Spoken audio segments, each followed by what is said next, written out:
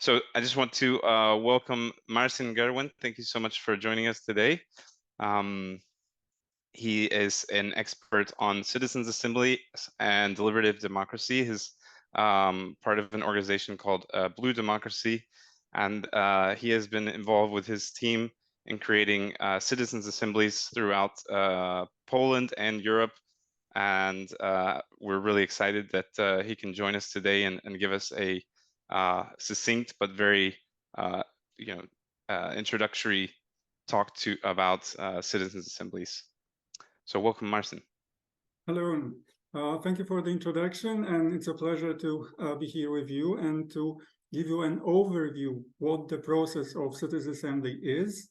And there is something more I would like to share with you today, and this is what the citizens' assemblies can be actually used for.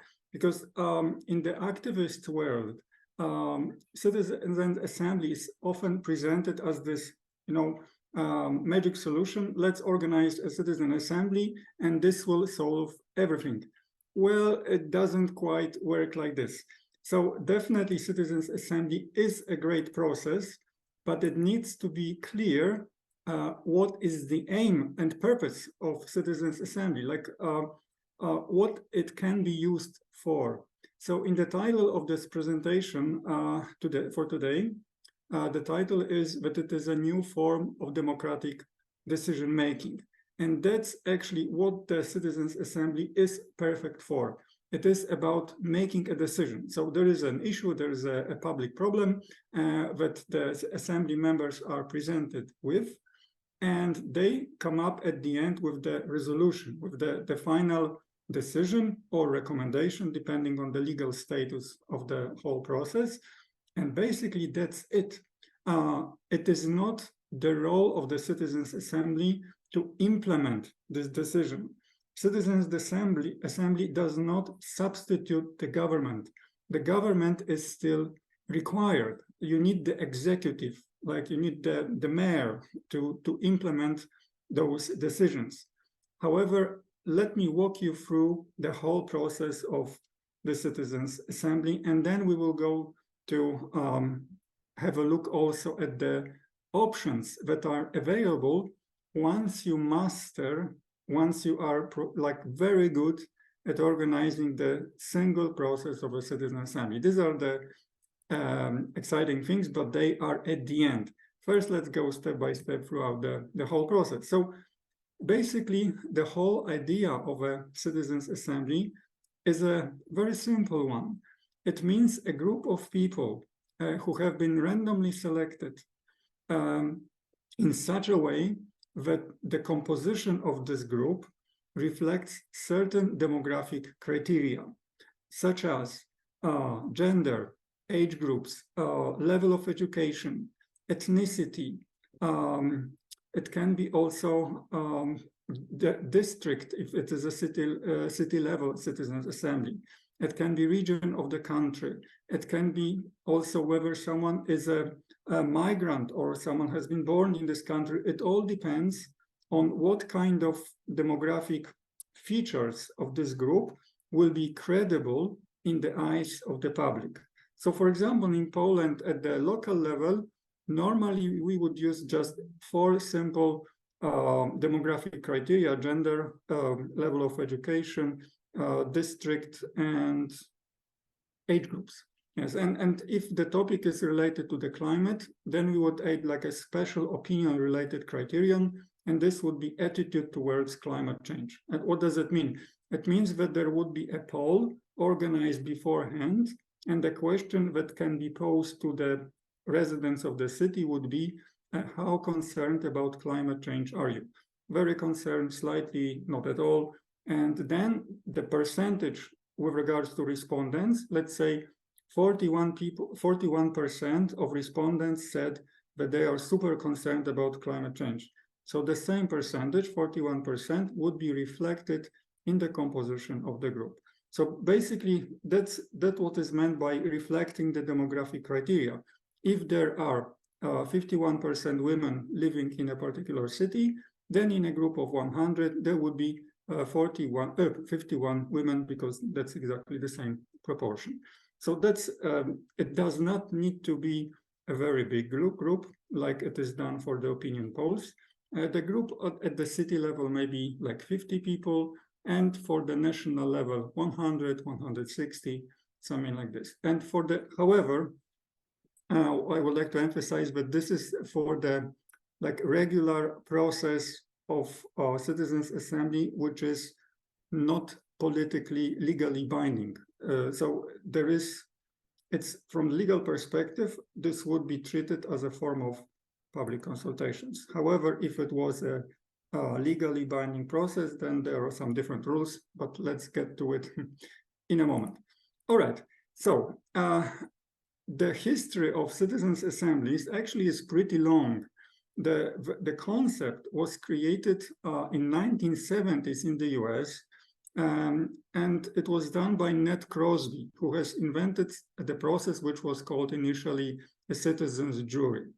So it was inspired, as I understand, by the jury model in the American court, but then over the years it has spread to many countries, and it has developed. It has been adapted to local conditions, and there were some discoveries made with regards to how to improve the whole process. And currently, it goes back to the US from Europe, actually, in the, let's say, improved or expanded, more developed version. One of the most famous citizens' assemblies were organized in Ireland. This is because they had this full backing of a parliament. They were actually organized by the Irish parliament. The same political level of engagement was, or not exactly the same, but high-level political engagement was in France, where the Citizens' Assembly has been initiated by the President Emmanuel Macron. In Poland, we have lots of experiences at the local level, just one independently organized Citizens' Assembly at the national level. And personally, I have learned about how to organize this process from experiences from Australia. So it really, when you track the origins, where it started, when it has gone, where it went, and it's really like a, let's say, global phenomenon, because there are more than 700 cases of deliberative process around the world. All right. So, and it's not just, the Western Europe. It's also places like Bosnia and Herzegovina. Here you have the example of the city of Mostar, when the Citizens' Assembly has been organized a couple of years ago by the Council of Europe. Okay, and here you can see a map with our current experiences from Poland. The green stars indicate cities where the citizens' assemblies have been already organized, and the yellow-orange one are the cities where the citizens' assemblies are currently in preparation. So basically, all of the biggest cities in Poland have already got experience with organizing citizen assemblies, and the first one took place in 2016 in the city of Gdańsk in the north. All right, so where does this interest in citizens assemblies come from? Because we can see from the experience that they provide those high quality, well thought out decisions which are made for the common good, which is what democracy actually should be about. So when there is a political process, there are people coming together to make some kind of decisions. One of the key questions is, who is making this decision and who will benefit from this decision? And this process, the Citizen Assembly, is designed in such a way that ideally it is aimed towards the common good, because of the composition of the group and also because of the intention behind the whole process.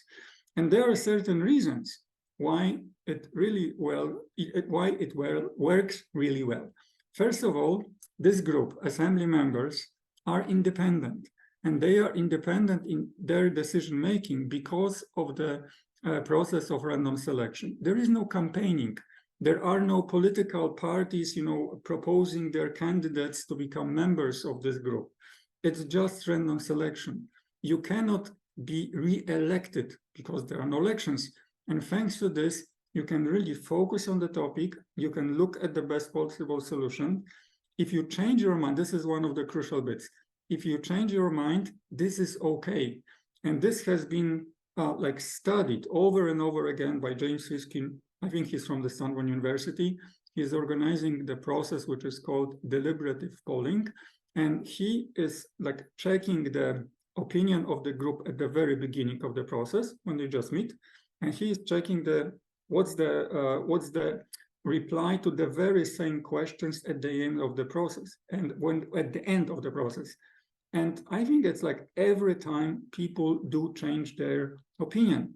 And when you think about the parliament, no matter what country it is, politicians changing their opinions, oh, this is something, you know, radical. It's a radical concept for a politician to change his or her opinion. It does happen, of course, but it's not like normal. And in the citizens' assembly, it is obvious because people learn about the issue, they discuss the possible options, and they are actually encouraged to look for the best possible solution. And it doesn't have to be the first one. They can change their opinion. And since you have those people with different backgrounds, you have men, women in the same proportions as in the society. And you have people from different age groups with different, let's say, professional experience. You have diversity of perspectives, and people share those perspectives during small group discussions, during plenary discussions. And this means, like ideally, the collective intelligence of the group is initiated, and it also helps to achieve those high quality outcomes. And the whole process starts with learning phase. So it's not like referendum when you can just go and vote. You can read something, you can watch a debate on television, of course, you can discuss it with your friends, but here you have a specially designed learning phase with experts, with stakeholders who come and present to you this the all important information with regards to the topic. And it is also this is the key difference between the court jury process and citizens assembly process. Assembly members are encouraged to ask question of the experts. So it's not like, you know, in court, the jury just listens to what is said, and that's it. And they don't ask questions. In the assembly process, it is like the part of the whole process where assembly members ask questions during the plenary, or depending on the design, there may be even small group conversations with the experts.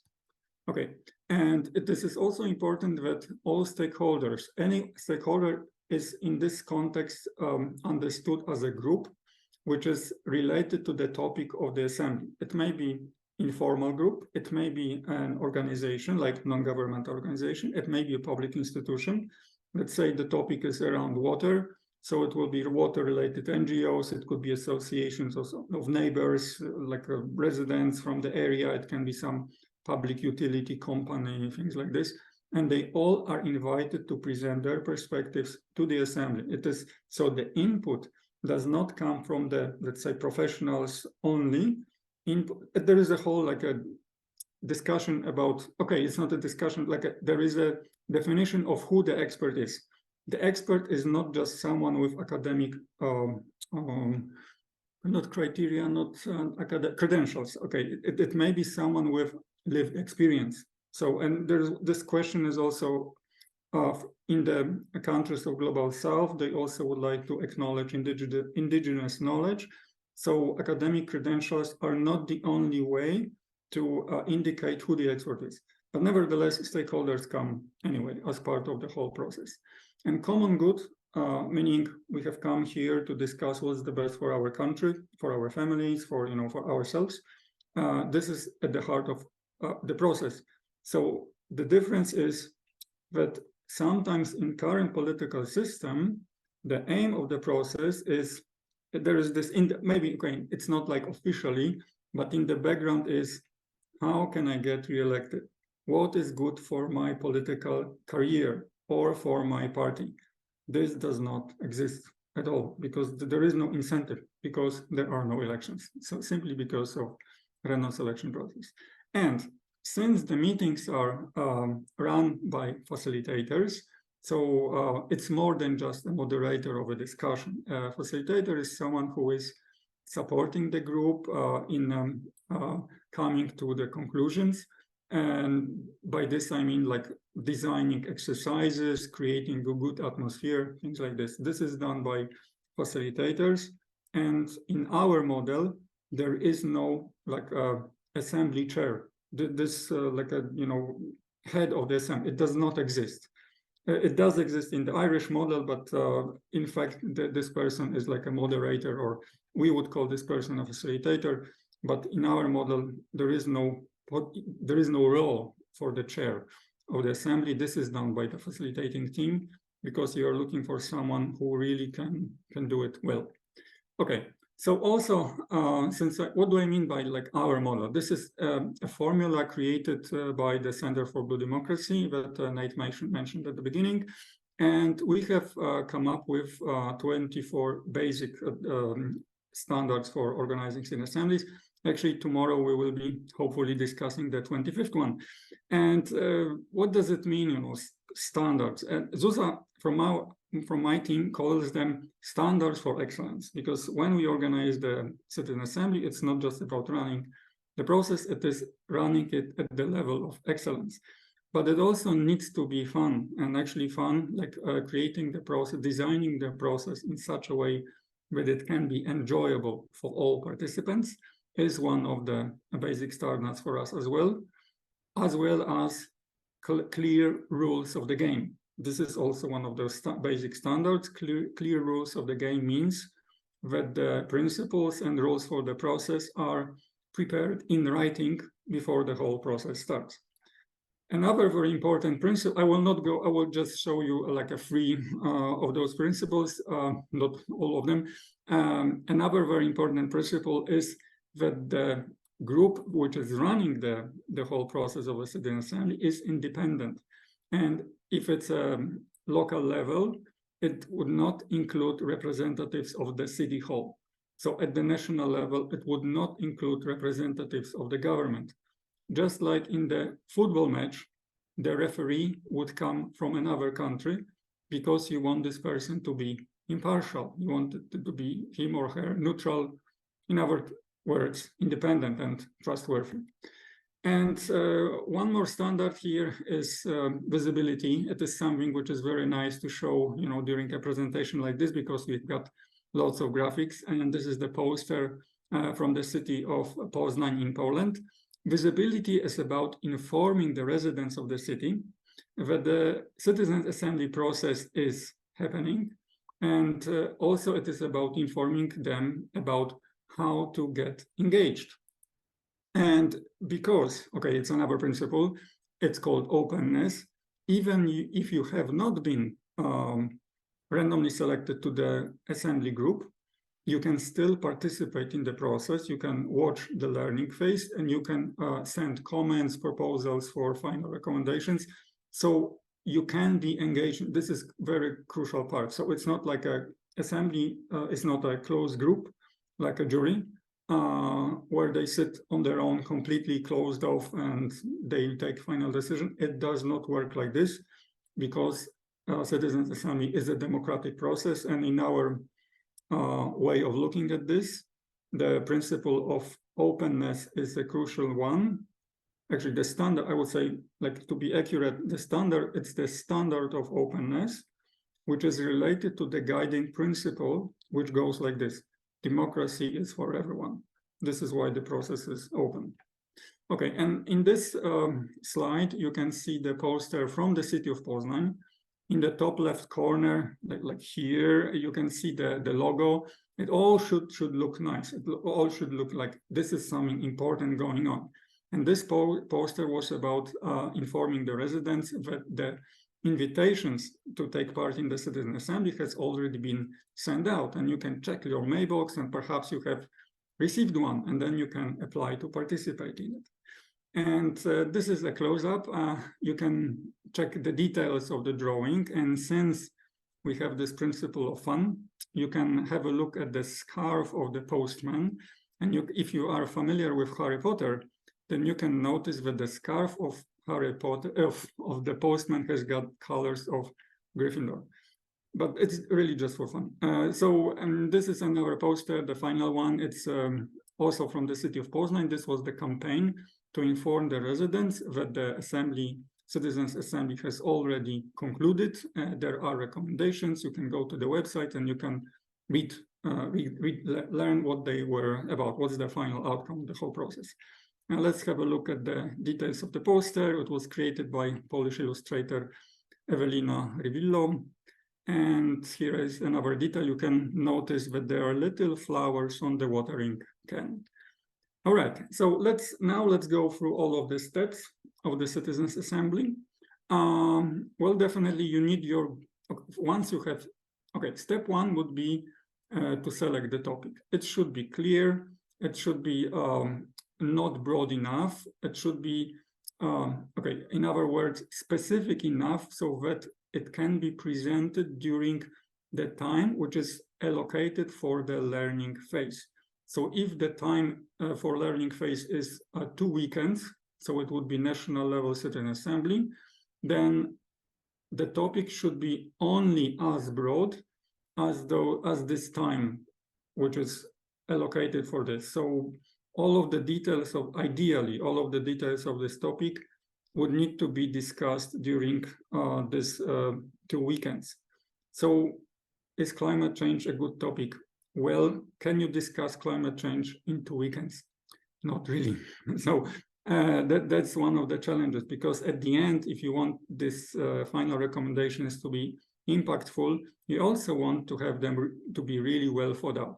So what's the strategy for climate assemblies? Like from my perspective, I would start with creating the overall strategy, perhaps with experts, some stakeholders, and then I would choose only the bits which are the most controversial with regards to transportation, one Citizen Assembly, with regards to energy generation, another Citizen Assembly, with regards to food, another Citizen Assembly. So there would be like a series of Citizens Assembly, not just one. But okay, let's go back to the process. So you need to invite your residents, and you can do it in several ways. You can send out personal letters with invitations. That's actually my favorite option.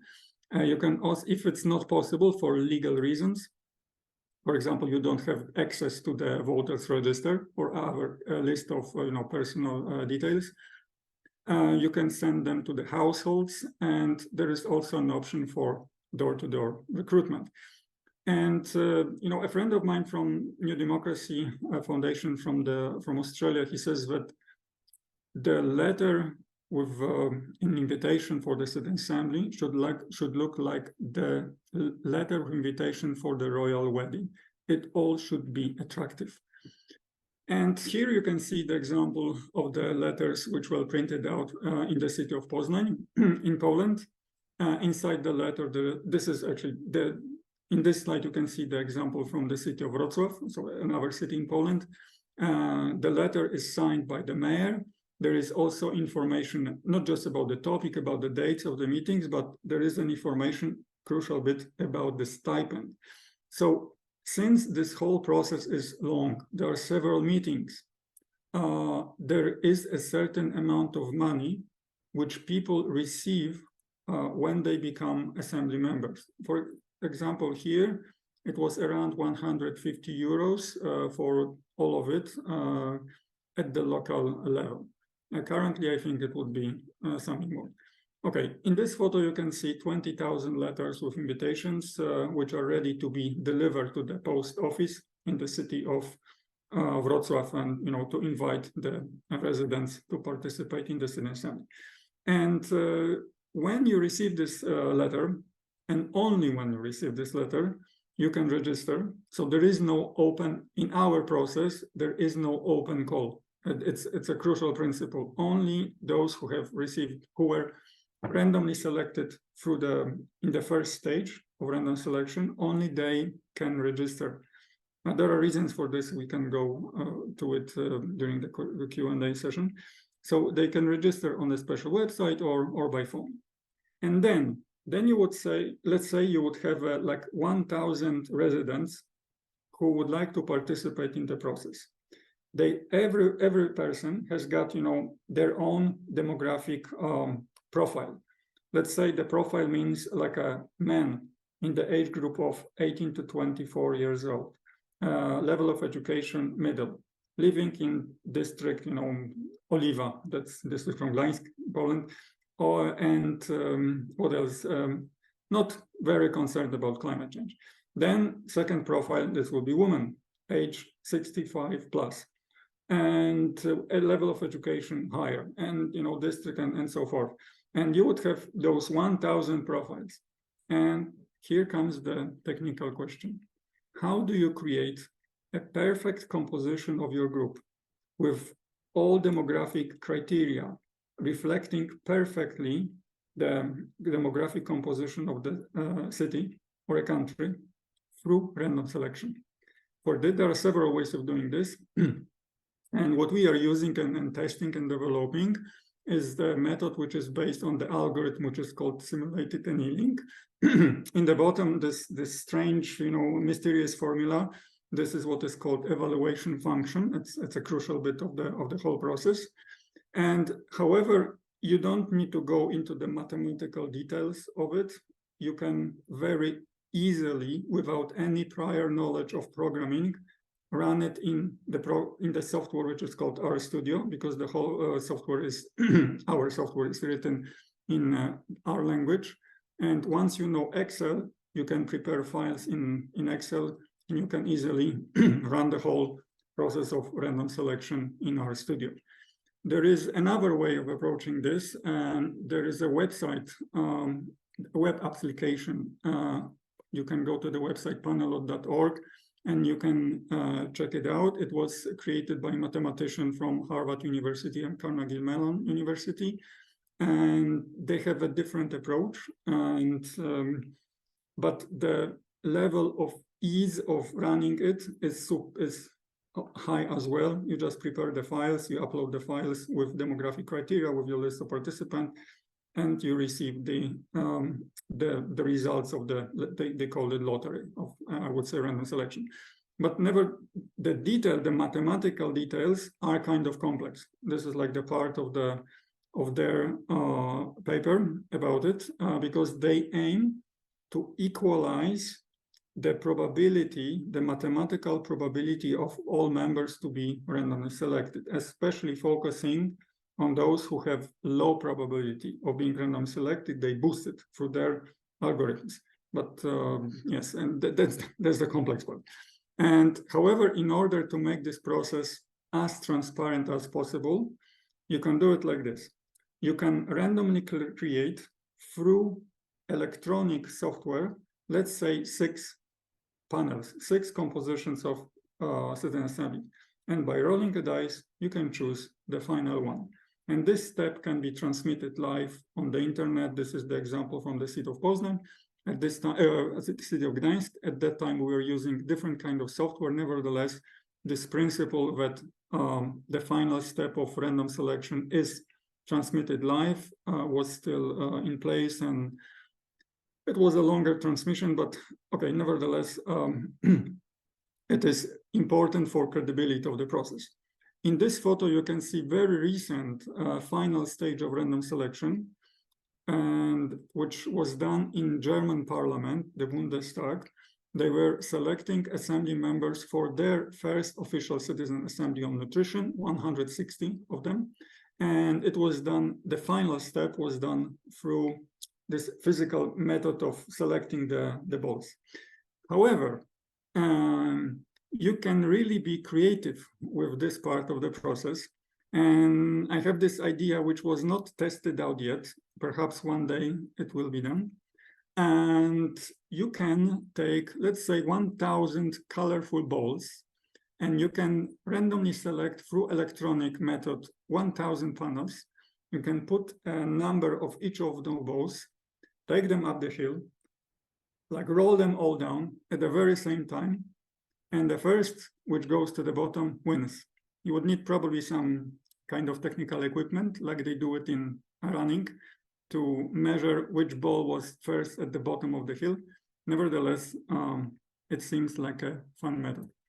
All right. So nevertheless, once we've got our group of assembly members, the whole process starts with introductory phase, which means getting to know each other, which means learning what does it mean to be an assembly member. What is my role in this process? We call this skills training. Then we have this learning phase with experts and stakeholders explaining what the topic is all about. This is actually the photo from the first Citizens Assembly in Gdańsk. These are the experts on stage. They had their presentation. They're speaking with the assembly members. And this part was transmitted. This is also a photo from Gdańsk. A friend of mine has connected his laptop to a TV, and so he was sitting on a sofa and he was watching the live streaming from the Citizens Assembly like it was streaming from Parliament. And next, there comes the deliberative phase, which means that once you have this initial input, you look at the solutions. What are the best possible options that we can recommend to the mayor, to the city council, if it's a local level, or to the parliament at the national level. So deliberative phase may last longer than the deliberative phase because there are so many options, so many things to consider. And here you can see assembly members discussing during a discussion in small groups in the city of Gdańsk. During the deliberative phase, once you have the initial idea for recommendations, you can have a preliminary vote. This is something that we call the review phase. And the initial version of recommendations is sent out to experts, to stakeholders, and it is presented to the public for comments. And then you make the final decision in such a way that you ask the assembly members, this is our method that we would use, you ask the question, is this what you want? And there are several options to choose from, like this is exactly what I want, this is what I want, or this is more or less what I want. And those positive options would receive points. And in order for the recommendation to be adopted, the level of support which is required in our model is at least 80%. And we would also check, is this support strong or weak? By strong, I mean, what's the arithmetic mean actually of all of those points? Because there is a huge difference between indicating option 3, yeah, this is more or less what I want, and option 1, yeah, this is it, this is exactly what I want. So there is a huge difference in the strength of support. So that's why you would calculate arithmetic mean. This is arithmetic mean. These are technical details. This is something like you can look up in the publications which are on our website, and you can, read perhaps longer description of it.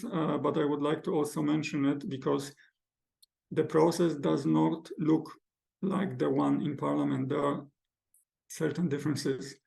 Yes, no, or no vote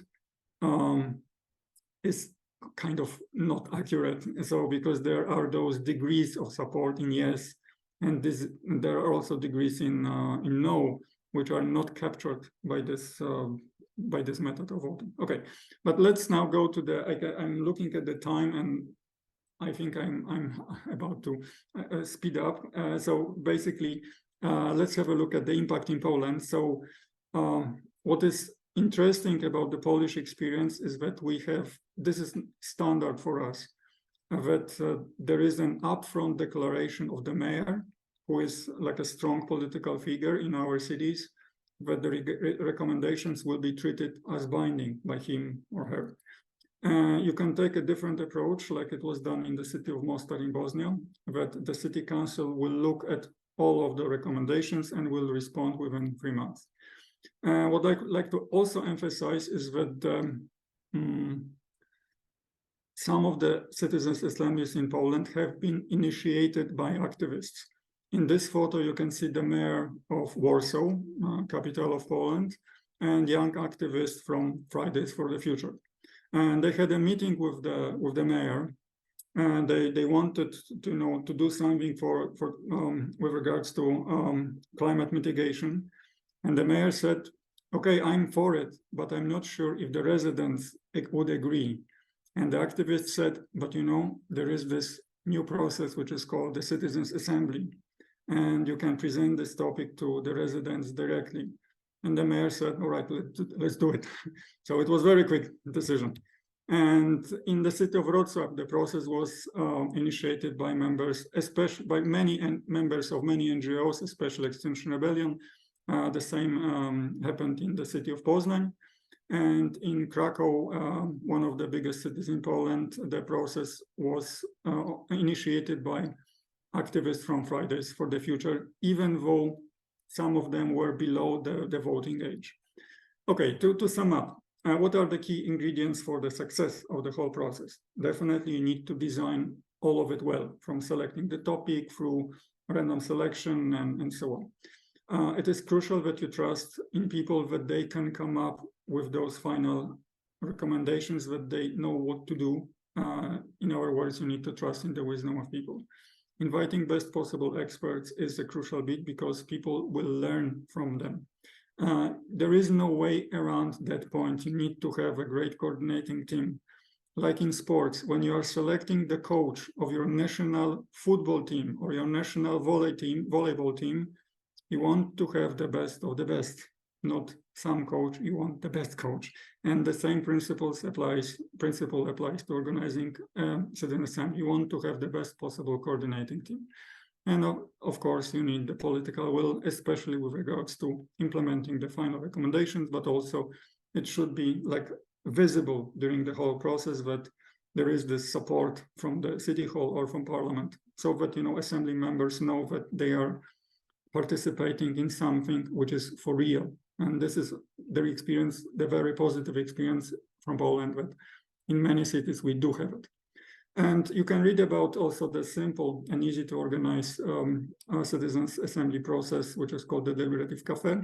It is available in several languages, including Spanish. And once you have, you know, experience with this, you can think about taking the next step. So you can create something which they did in East Belgium. They have a permanent city assembly which has the power to select several topics for the single issue city assembly. You can also introduce a citizens' chamber, which will have the power of adopting new law. So not just making recommendations, not just making decisions, adopting laws.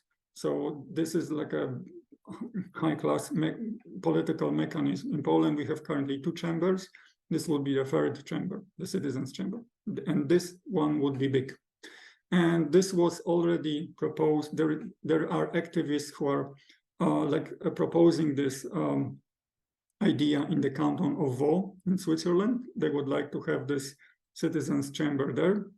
And what is also possible is creating a new democracy, deliberative democracy, which at its base has got citizens' assemblies.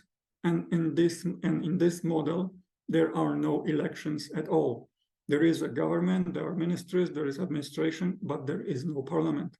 Instead, there are citizens' assemblies which are proposing the course for action for the country, that are selecting ministers and so forth. And this is called the Waldenia model.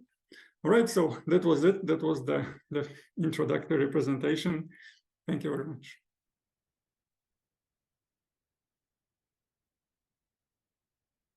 Okay, thank you so much, Marcin. Yeah, I've always found this talk that you give very, very inspiring, and especially this idea of whole democracy created around citizens' assemblies. And I encourage everyone to take some time, if you can, to take a look at this document, because it's really got some very interesting ideas that I think, at least if you're not totally convinced, it will give you some food for thought.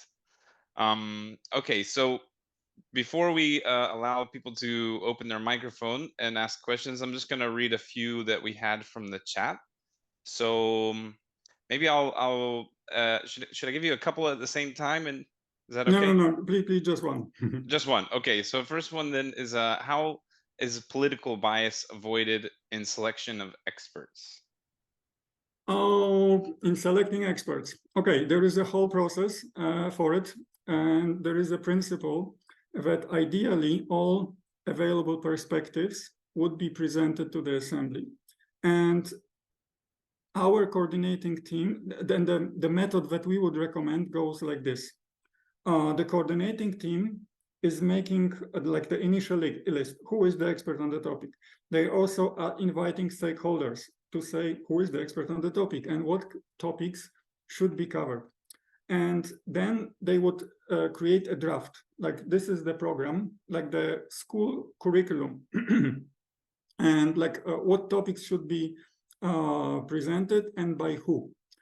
And there if it was like a full-scale citizen assembly, there would be a special monitoring team which would be looking just at this issue.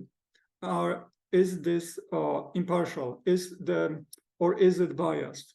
Are all perspectives included in this whole in this learning phase?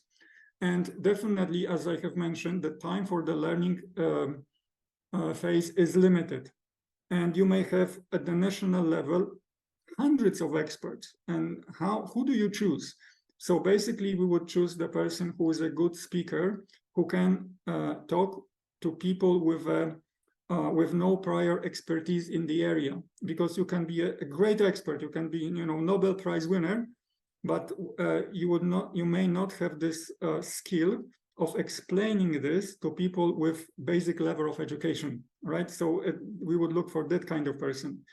And we would also, if the number of experts is large, we would invite them to make a recording. Those who do not fit in the time slots for the regular learning phase, we would invite them for either recording or a written statement. And this is how we can ensure, maybe it's not the best word, but make it as good as possible, that the variety of voices is included in not just live presentations, but in all materials that are presented to the assembly members.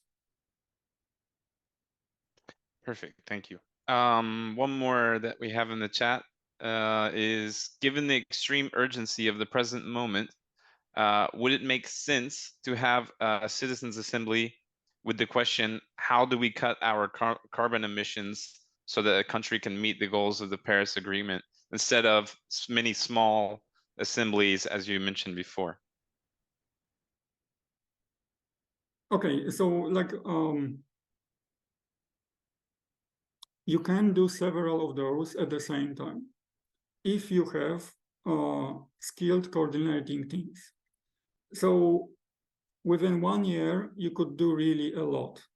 But I think that this Irish case is a good one, because they organized like one citizens assembly and they asked of it several questions, including abortion. So it was abortion, climate change, some political, changes and things like this, all for one group. Way, way, way too much. And you have super controversial issues like should there be a special carbon tax on beef, of raising and cows for beef, for meat? It's extremely controversial. And I think that in order to have credible, trustworthy outcome, I would recommend a process like on this question alone. And this question is it's just a tiny part of everything that needs to be discussed during the Citizens Assembly on the agriculture-related issues with regards to climate change, because you have also impact from fertilizers. And it's another huge issue. And people may say, oh, the assembly members just, listen to one presentation. How many presentations on, meat tax can you include in 2 weekends long learning phase when you want to cover everything? You cannot. Where is the diversity of perspectives, which was mentioned in the first question, right? So the main limitation of the whole process is the learning phase. You may have people who really don't know anything about the issue, and this is all right. This is how it should be. For example, when I would receive something about health. Or let's say I receive a letter invitation to participate in a citizen assembly around something around healthcare. I'm not an expert about it, but my input as a citizen would be important. But I would need to learn about it, and I would need to spend time on it. Okay. Yes, thank you. I see Aitsuko, she was the one who asked this question. So do you have a follow-up, a short follow-up? Yeah. Yeah, so thank you for the presentation and for the answer. And yeah, I was also thinking about that. I mean, this topic is so complex and broad that doing it in weekends even wouldn't be enough, right? So it would be more adequate maybe to have a dedicated time of several weeks even, and give the members of the assembly time of work, which Yes. would Okay. be, So yeah.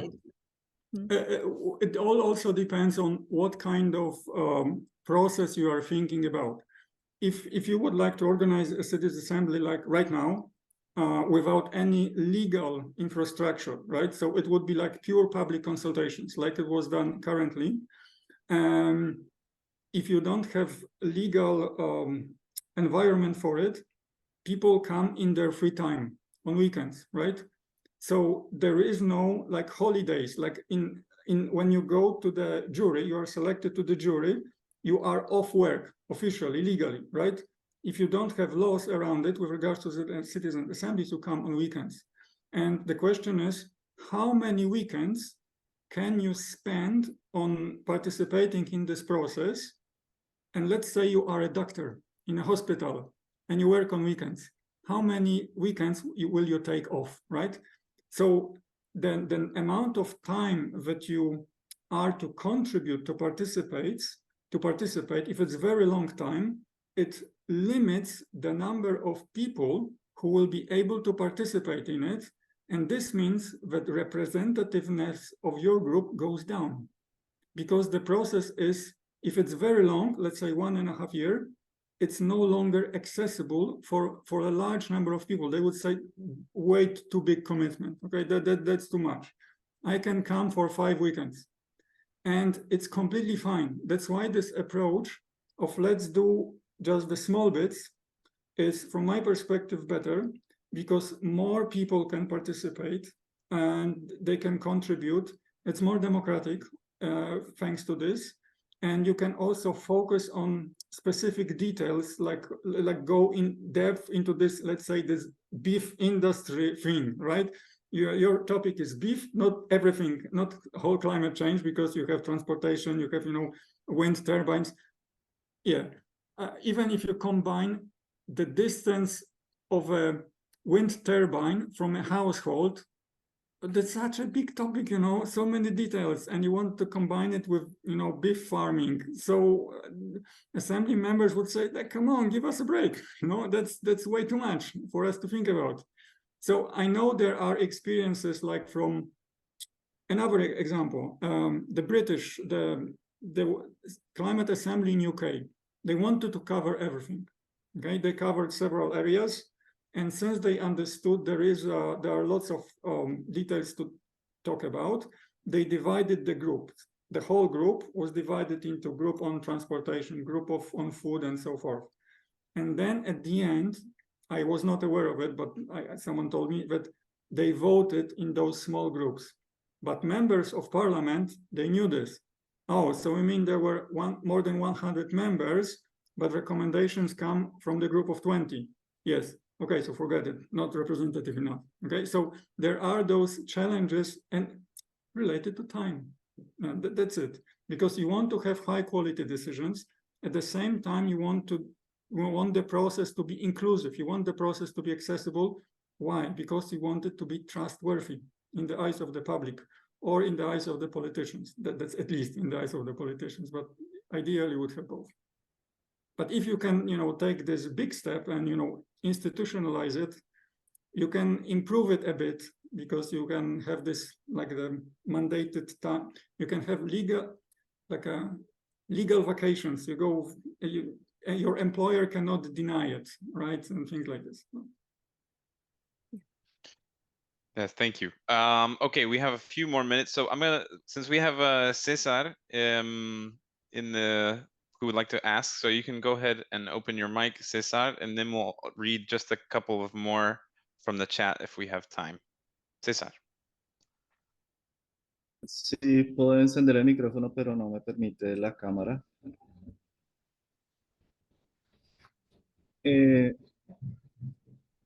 Gracias. Es una especie de pregunta-comentario y es en el asunto de que estamos en crisis climática y las decisiones que debemos tomar no solo deben hacerse en corto tiempo, sino que además deben ser las más acertadas. Si elegimos ciudadanos aleatoriamente en un conjunto y no garantizamos la experticia suficiente ni el tiempo para que estas personas aprendan acerca de la problemática, creo que entramos en un círculo vicioso. Además que también tenemos un problema posible de injerencia de los facilitadores que llegan a enseñar a las comunidades cómo tomar las decisiones. De cierta manera, esta democracia puede ser manipulada por algunos intereses. No estoy diciendo que pase en Polonia, pero pues nuestra experiencia en LATAM es amplia referente a esto. Entonces, ¿cómo se garantiza que estas decisiones son las más asertivas y cómo es posible en el largo tiempo determinar que está funcionando? Sí, es eso. Gracias. Okay, thank you. Okay, all right. So let me start with the story from Poland. When we organized the first citizens' assembly in the city of Gdańsk, it was related to the topic of flooding. There was a flood in the city of Gdańsk, and there was extreme rainfall, which was not not predicted by the city hall, and the residents were invited to look at what can we do to prepare our city better for the future. And as an observer, we had a person who was a city councillor from another city, from the city of Łódź, and she said that as a city councillor, she would not receive this amount and quality of information that assembly members receive. So this is to emphasize the quality of the learning phase. I'm not, okay, if you can watch meetings of the parliamentary committees and how they work, there may be some experts in the room, but there is a lot of time wasted for political fighting and so forth. So I'm just currently comparing it to the current model, because what's the alternative? So if the alternative was the politicians coming up with those presentations, with the final decisions, the quality of the parliamentary process is completely different. It's way different. Plus, politicians don't change their minds, even no matter what the experts say. They are not keen to change their minds because our constituents, and so forth.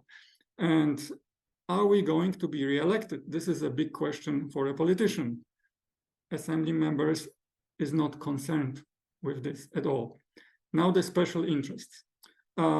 If you are a politician, you are a member of parliament, it is your job to meet with people, to have at least in Poland, you would have your office, and it is your job to have your office open and to meet with people, to listen to anyone, who comes to your office for a meeting. Special interest, not special interest, doesn't matter.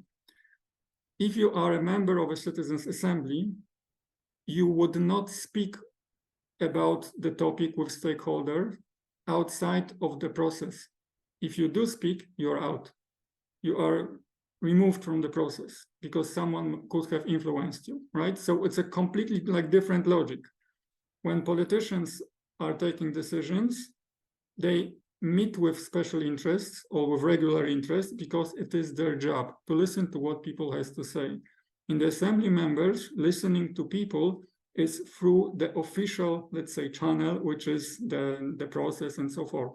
Their special, let's say, okay, industry is a stakeholder. Industry is invited to present their opinion. However, there are rules for it, right? So you present it live, you present it in written statements and so forth. But if you approach an assembly member outside of the room, then the assembly member is out. That's how it works.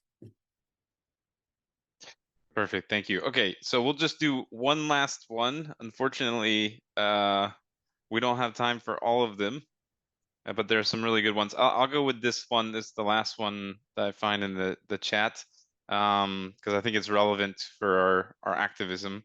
Is how do we make our governments implement citizens' assemblies and take the responses as binding? Oh, okay, so it's in Poland. We have let's say we have created like a culture of or a standard of organizing citizens' assemblies with this level of political commitment. We were fortunate to have someone in the city of Gdańsk, the mayor of the city of Gdańsk, who agreed to it, like immediately at the very same meeting when I proposed it. However, even he needed years to digest the issue of, public participation. If I went to him a couple of years earlier, he would refuse. So you need, I would say the strategy would be like this. You would go for the low-hanging fruit. Where are the politicians who are most open to the idea of public participation? And you can present them this concept that the results may be considered as politically binding when you have the level of support of at least 80%. When they hear 80%, they're okay, 80% feel safe. That's a high threshold. And they may also be interested, is it possible for me to be included in the process, to influence it, to present my opinion? And we say, yes, you are a stakeholder. So obviously you are invited. As a mayor, you would be able to present your opinion during the learning phase. And as a stakeholder, you would also may have some additional time to comment on the various proposals which come from the experts. What is crucial also is the review phase, because the review phase means you, as a city hall, you have a list of possible recommendations with the level of support, so you already know which are likely to pass, and you are invited to create comments in writing to all of them, including assessments of costs. Plus, you would be, in our model, you would be invited for the in-person meeting to present the most important reflections to the assembly members. And once the mayor hears this, okay, threshold 80%, it's possible for me to take part in the learning phase. It is possible for me to comment on the recommendations, and I'm invited to present it to assembly members. Oh, I'm good. So, but you need to have also, but the coordinating team needs to trust this, needs to want this, because some of the coordinating team may be, let's say, not activists, but service providers. They're like companies, and they will do what the mayor says. So you need a good, this was one of the criteria for success. You need a great coordinating team who trusts in people and wants to improve democracy. Then you are on a good track. Perfect. Thank you so much. Yeah, there are so many interesting questions here. I'm wondering if maybe we could send you a couple, and if you maybe answer them in writing for people if you have time. Yeah. And if not, no worries. But it'd be nice to at least answer a couple more outside of the talk. So thank you so much from Marcin. Now we're just going to do a short presentation about Scientist Rebellion. So we invite you all to stay a few extra minutes and learn about Scientist Rebellion and what we're doing for our campaign leading up to the climate summit. So I'll turn it over to Diana. Thanks again, Marcin. Yeah, thanks, Nate. And of course, the talk, Marcin, was amazing. Thank you for making the time to come here and explain to everyone what citizens assemblies are. Now I will start with the presentation that relates to what Scientist Rebellion is all about, just so you get a better idea of what we're doing. And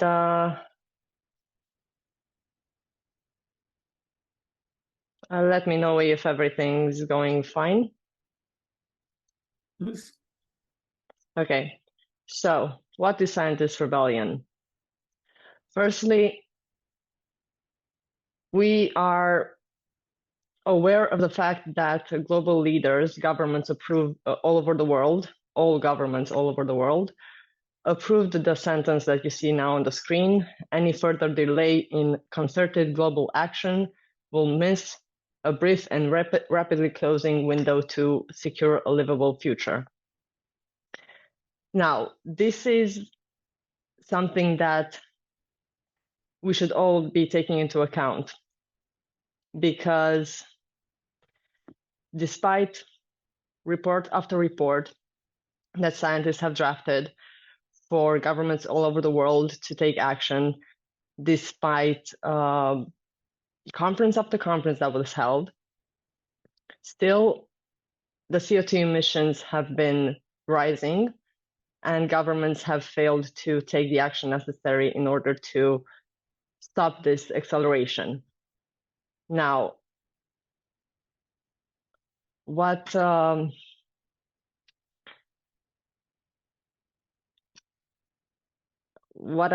mean to say is that, considering the fact that global leaders, governments, and corporations have their own agenda when it comes to implementing the changes necessary in order to stop this acceleration,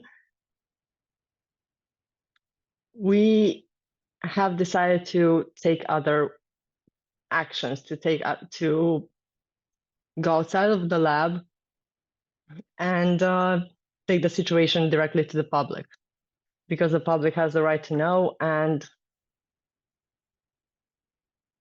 we have all seen how what governments and corporations have been doing have impacted the climate crisis.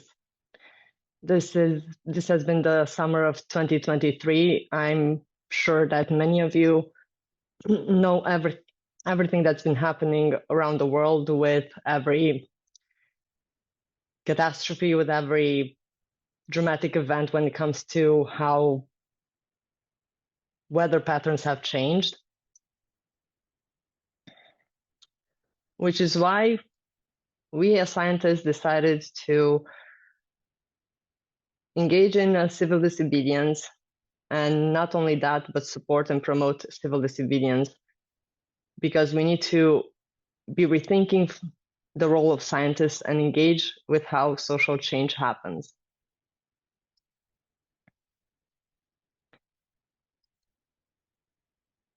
We are engaging in all sorts of actions, which is why this, for example, is one of those such actions, these types of talks. There are also all sorts of other types of actions like protests, teachings, and other events that we are organizing so we can raise the alarm, because the situation is unfortunately alarming for everyone. Now, one such action is the following campaign that we are going to embark on. Now, I cannot say too much about this campaign because it's still to come, but in the following months, we will start to engage the public more through local avenues in each individual country. And we would do this in order to make the public aware of the situation, because governments all over the world proved that even though they are aware of the situation and they have been informed several times, they have failed to take the actions necessary. Which is why we are organizing a global movement and also a global platform where all these movements can be followed and people can zoom in their own location and see what's happening. And get involved themselves. Because when it comes to global movements, it needs to happen globally. And we have big plans for the following months. And these big plans, as you can see, this map is supposed to be, and we intend it to be, as full of these little dots as possible. But with big movements like these, there's also a need for resources to be able to implement these movements, these actions, all these events. Now, for those that want to join in these events, there are several ways in which you can do that. You can go to our website, you can go to our induction meetings that happen every Monday. The local time you can verify on our social media platforms. We do promote it every Monday and the days before that. And those that don't have the option to engage in action themselves, to engage in the movement themselves in any way possible, there is also the option to support movements like this. And this support can come through promoting activism or the movement of climate activists around your circles, around the people around you, and also in the forms of donations, which always come in handy when it comes to big movements like this. So we are welcoming you to help in any way possible, and also invite you to all our following events that we have lined up for the following months, and are excited to see how you will engage with the movement itself.